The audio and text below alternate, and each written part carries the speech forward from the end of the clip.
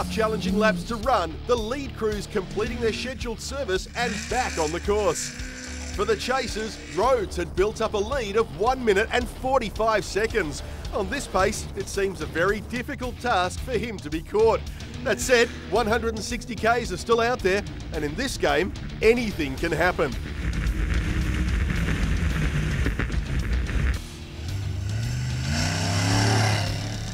With another big field across the classes, tough event-long battles raged over 2 days of competition. It's a big job to get any car through this tough course. Throw in less power, reduced suspension travel with a smaller wheelbase, and it all gets even harder still. That said, big results produced up and down the field. Daniel Wells and Luke Price joining the small group of competitors that had a trouble-free run. 5 clean, consistent laps and showing the way in the Super 1650 class. The 279 Southern Cross of Rose and Gilkinson, all laps run and second place in the class. After stopping to assist a fellow competitor that had rolled, the adjusted time for Lyon and Rogers have them claiming the points for third in the group. A tough couple of days for the UTV class runners, both crews with mechanical DNFs, however getting 4 laps in and registering for points. The 616 Bradley Burton at the wheel taking the win. Weasel and Joyce second place. Another group that was battered and bruised by this event, the Performance 2-wheel drive class. At the finish line, Bernie Clossy taking the top points, 4 out of the 5 laps run.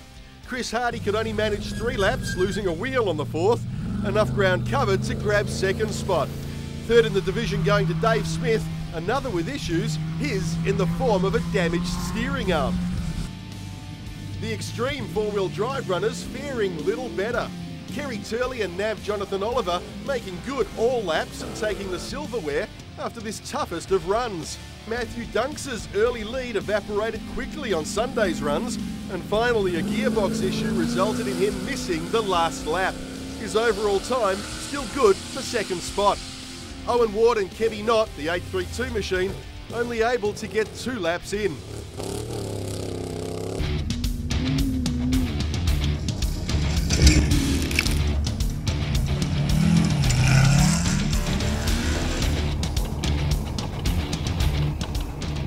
This event has continued to deliver as far as good, strong competition. The fight to get a top 10 spot and stay there, a brilliant one.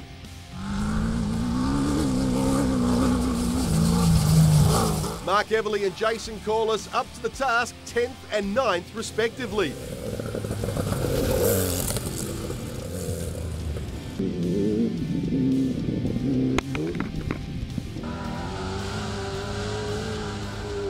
Dan Bonner and Sean Teagle, another crew working hard over the 2 days and rewarded with 7th place. Carl Havey, true to his word, working his way back into form and taking a well-driven 6th place.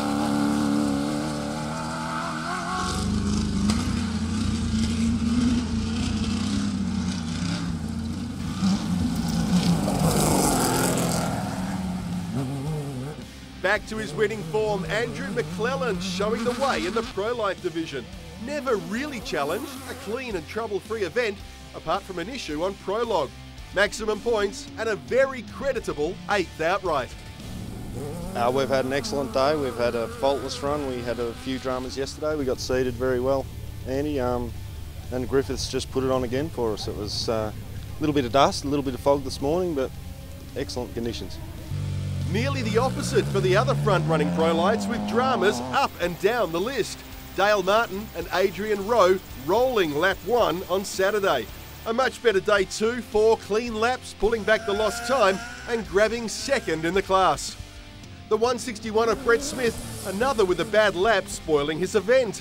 An issue on Sunday morning's first run, he eventually getting it home, taking third. Usual front-runners Neeson out midway through Sunday, Luke Urseg with big problems early in the event, although getting to the finish, a good result was out of reach.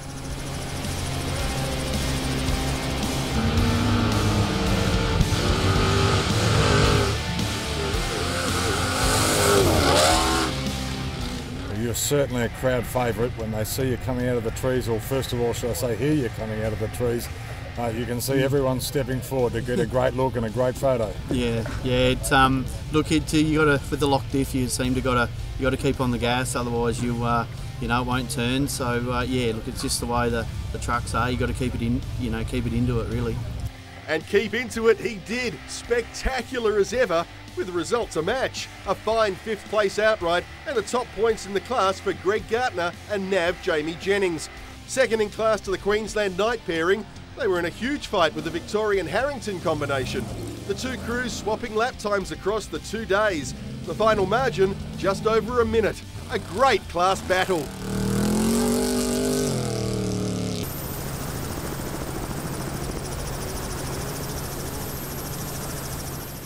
Another crew to be very pleased and finally getting some luck. That of Andy Brown and Mark Cedron. They've had a tough year to date, but that will be all forgotten with this fine result. 4th outright with a fast, clean run.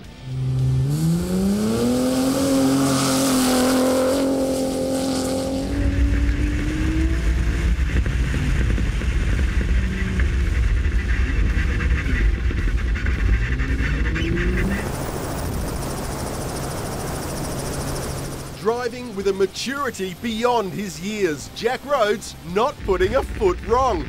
To push the result out of reach, he set a blistering pace on the first lap out after service. That time, 1 minute 32 seconds quicker than the field. Easing up on the last loop, but still quickest, he and Nav Polino finishing off a great weekend's work and first outright for the event. Yeah, no, we're happy. Big credit to the team this weekend. It was a tough and challenging event. We had a few little dramas in the service break, but the team worked really hard to turn the car around, and we finally achieved the ARB result we wanted. The conditions this weekend were very, very different. We weren't used to the style of actual track that it is at the start. We had to adapt very quick and learn and try to get our head around it, and started to get into the groove, and yeah, it turned out to be a really good weekend.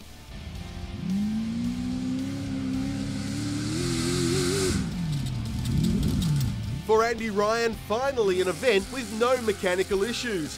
Fast and clean across the laps, leading at one stage, a super effort. The only problem for the Griffith driver, the speed of Jack Rhodes. We started off in front this morning, but Jack, he caught us in the first 30 Ks. He was on a mission today, and it's a full credit to him that he kept that car together, and he's so clean and tidy. He's just an awesome driver, so congratulations, Jack. You've done an awesome job. You're very heavily involved with the organisation of the event, with the sponsors for the series of ARB, Nava and Cooper tyres. Great support, great turnout of people, great weather, great track, and you with second outright. What a result. Yeah, look, it's just been an awesome weekend. 6 mils of rain early last week, or mid last week, and now the track was just perfect. It was the moisture come up last night. There was hardly any dust, which is pretty much unheard of at Griffith.